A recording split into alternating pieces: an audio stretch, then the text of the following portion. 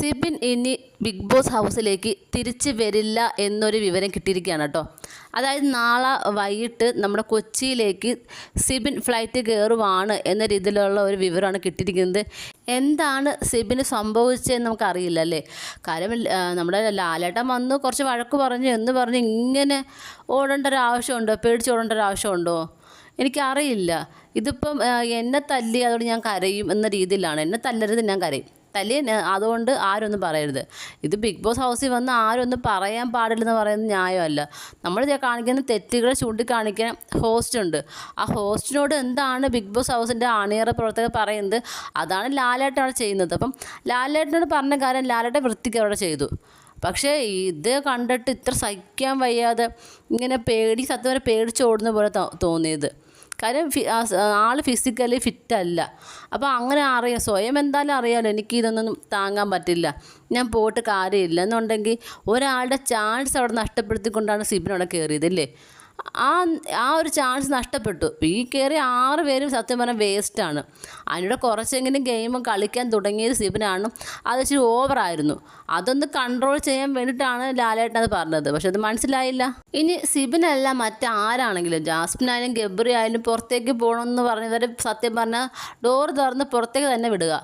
എനിക്ക് തോന്നുന്നു എത്ര വേണമെങ്കിലും റീ എൻട്രിയോ അല്ലെങ്കിൽ വൈഡ് കാർഡിനോ കൊണ്ടുവന്നോളൂ. പക്ഷേ ഗെയിം കളിക്കാൻ അറിയാവുന്നവർ മാത്രം അവിടെ നിർത്തുക. അല്ലാത്തവർ നിങ്ങൾ നിർത്തി തിരുത്തിപ്പോടേണ്ട ഒരു ആവശ്യവുമില്ല. സത്യത്തിൽ ഇത്രയും പേര് അവിടെ ഒരുപാട് പേരുണ്ട്. ഇപ്പം നാളത്തെ പ്രൊമോയിൽ എന്താ കാണിക്കുന്നത്, ജാസ്മിനും ഗബ്രിയെ കാണിക്കുന്നത്. അല്ല വേറൊരാൾക്കും ഒരു കണ്ടൻറ്റും ഇല്ല, ഒന്നും ചെയ്യാനുമില്ല. എല്ലാവരും വെറുതെ വന്ന് അവരെ ഡ്രസ്സ് കഴിയുന്നു, തൂക്കുന്നു, വാരുന്നു, ഉള്ളത് എന്തെങ്കിലും കഴിച്ചിട്ട് കിടക്കുന്നു, ഉറങ്ങുന്നു. ഇത് മാത്രമേ ചെയ്യാനുള്ളൂ. ജാസ്മിൻ ഗബ്രി ചുറ്റിപ്പറ്റി വല്ല ചെയ്യാനാണെങ്കിൽ മാത്രം ചെയ്യും. ഇപ്പം ജാസ്മിനും ഗബ്രിയും ടാർഗറ്റ് ചെയ്ത് ഗെയിം കളിക്കണോ? ഓക്കെ, സമ്മതിച്ചു. ആൾക്കാർ ഒരു നെഗറ്റീവാണല്ലോ. അതല്ലാതെ ഇവർക്ക് അങ്ങോട്ടും ഇങ്ങോട്ടും വേറെ ഗെയിമില്ല.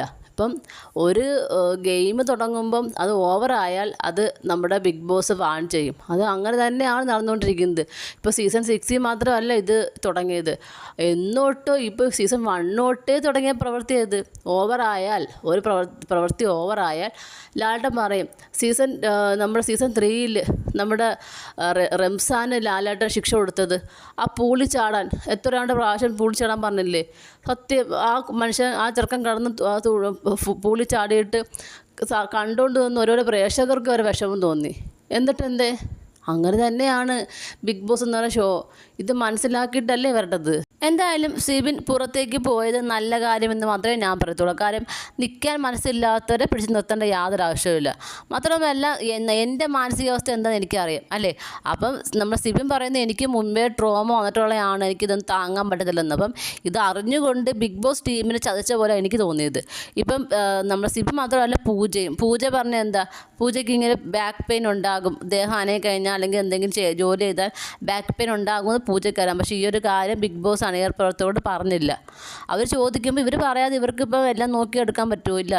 അത് പറയാതെ വന്നിട്ട് ഇപ്പം എന്ത് ചെയ്യാനൊക്കും, പകുതി വഴിക്ക് ഇട്ടിട്ട് പോകേണ്ട അവസ്ഥ വന്നു. ഒരാളുടെ ചാൻസ് വെറുതെ പോയി. എന്തായാലും ഇതൊന്നും സഹിച്ച് നിൽക്കാനുള്ള മനസ്സില്ലാത്തവർ പുറത്തേക്ക് പോകുകയാണ് ചെയ്യട്ടെ. നിങ്ങൾക്ക് എന്താണ് തോന്നുന്നത്? നിങ്ങളുടെ അഭിപ്രായങ്ങൾ താഴെ കമൻറ്റ് ബോക്സിൽ മറക്കാതെ രേഖപ്പെടുത്തണം. കൂടുതൽ ലൈവ് അപ്ഡേഷനുമായിട്ട് ഉടനെ വരുന്നതായിരിക്കും.